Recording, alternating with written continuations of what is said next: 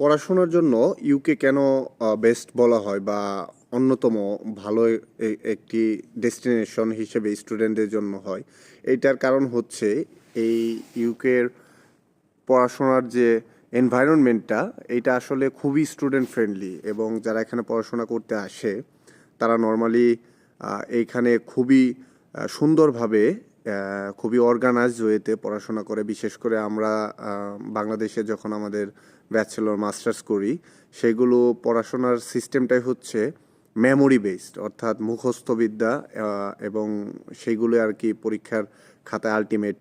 লেখা। কিন্তু এইখানে হচ্ছে আপনাকে লেকচার দিবে, পড়াবে, না বুঝলে সেটা আপনি এক্সট্রা প্র্যাকটিস করবেন, এরপরে সেই পড়াশোনার উপরে বেস করে আপনাকে প্র্যাকটিক্যাল করানো হবে,